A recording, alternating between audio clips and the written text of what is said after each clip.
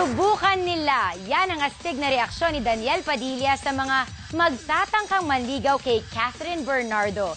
Hindi rin daw hadlang ang relihiyon sa kanilang espesyal na pagtitinginan. Nagpapatrol si Marie Lozano. Very special but not really official. Pilit mang ibahin ang bersyon sa unang sinabi ng on-screen sweetheart na si Catherine Bernardo. Not official but very special. Wala pa rin daw pagbabago sa status ng relasyon ng Kathniel Love Team.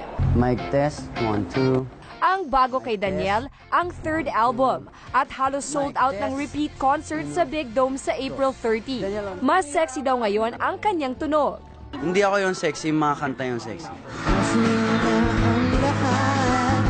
Mas mature at confident rin na Daniel ang maririnig sa kanyang bagong album. Dinededicate rin niya ang kantang I Heart You kay Catherine.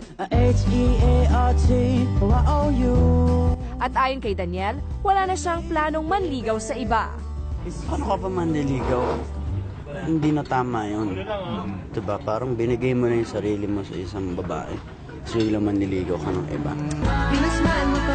Sa biro dinaan niya ang sagot kung may hahadlang at magtatangkang formahan ang ka-love team. Okay lang naman. Kaso, masyadong maano na yung lalaki niya kung liligawan niya pa si Catherine. Masyadong matigas yung lalaki niya. Walang mangyayari sa kanya. Hindi lang. Di rin daw hadlang ang relihiyon sa kanila ni Catherine. Iglesia ni Cristo si Catherine.